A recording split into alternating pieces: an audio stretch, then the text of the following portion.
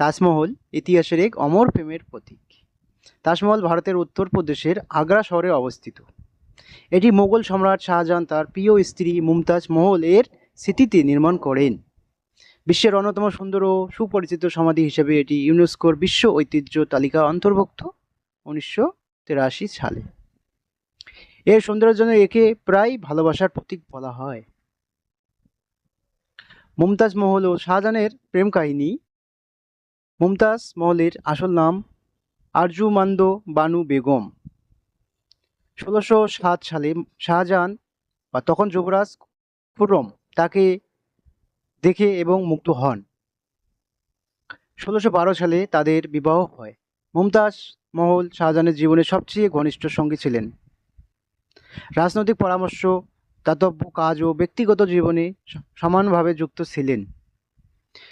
1631 সালে 17 জুলাই শাহজাহানের দক্ষিণ ভারতের অভিযান সময় তাদের 14তম সন্তানের জন্ম দিতে গিয়ে মুমতাজ মহল মৃত্যুবরণ করেন।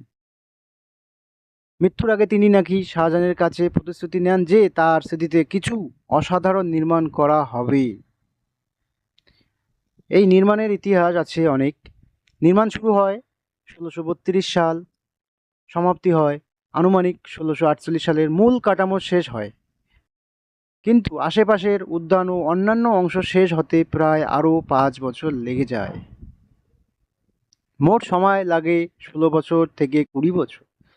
শ্রমিক সংখ্যা যায় প্রায় 20,000 শিল্পী ও কারিগর।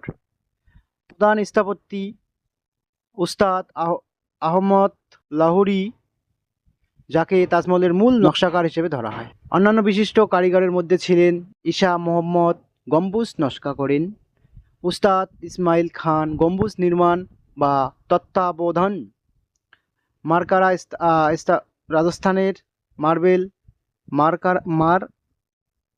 মাকরানা রাজস্থানের মার্বেল খনির বিশেষজ্ঞরা। স্থাপত্যের বৈশিষ্ট্য হলো শৈলী মুঘল স্থাপত্য, ইসলামিক, পার্সিক, তুর্কি ও ভারতীয় শৈলীর মিশ্রণ।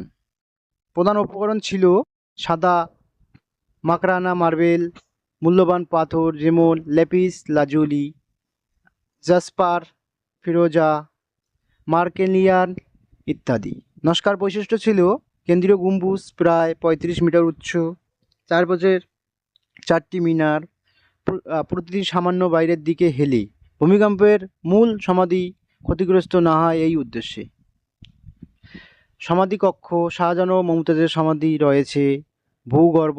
প্রকৃতপক্ষে ভিডিওটা আপাতত এই পর্যন্তই। যদি ভালো লাগে সবার, তাহলে দ্বিতীয় পার্ট খুব তাড়াতাড়ি আসবে।